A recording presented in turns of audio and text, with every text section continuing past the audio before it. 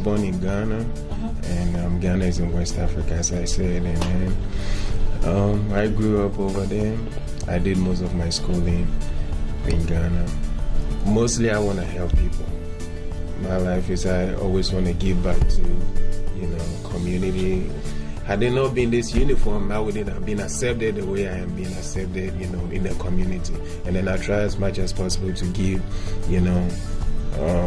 my best also to the community, see them as myself and other stuff. So before I got onto, I made a whole lot of research, and I found Memphis Academy, it's one of the best academy in the world. And they have, like in America, and they have people even coming to the academy to train, and they go back to their state and stuff like that. So the experience in the academy was pretty good. Like I learned, I'm not from here, I don't know the laws, I don't know nothing, but in the academy, I didn't even know when you drive, you have to have your license in your pocket, so, or with you.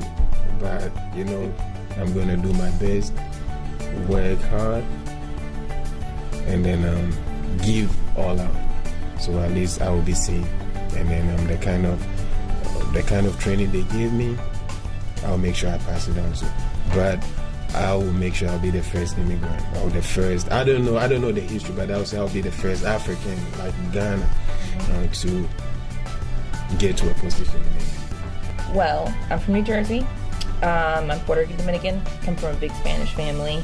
I'm just someone who's always wanted to be a police officer since I was little.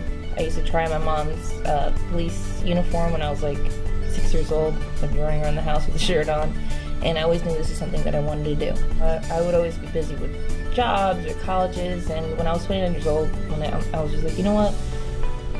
I just want to start a new chapter in my life. I just want to come down here and just see what Memphis can offer me. I came down here, worked in the farm for a while. I still do on my days off. And then I was just like, you know what?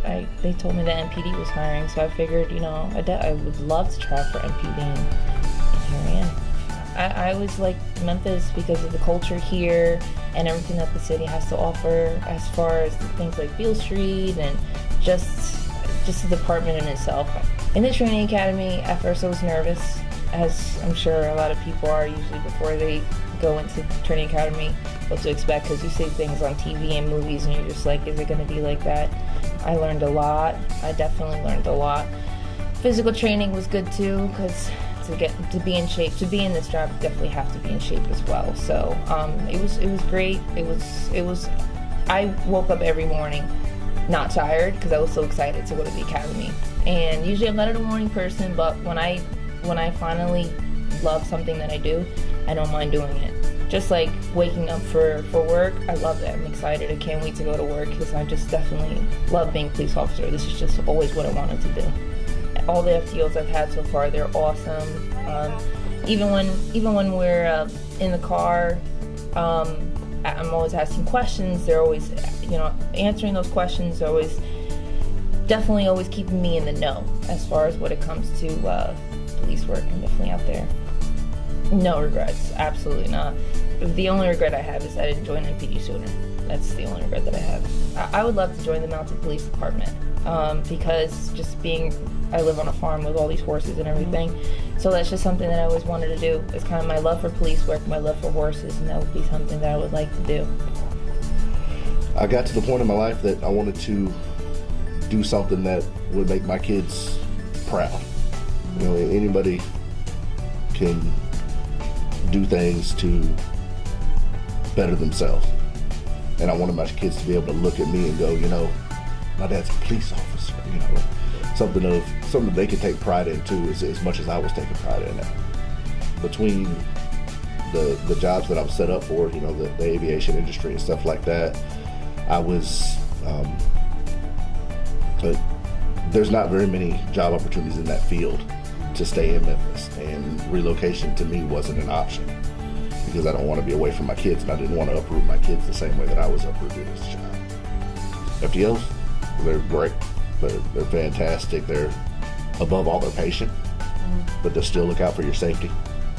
They're going to make sure that while they're teaching us, that of course nothing happens to us, nothing happens to them, nothing happens to civilians even. Going to make sure, because as trainees, we're going to make mistakes, and they'll allow us to create learning experiences would be the best way I could explain it.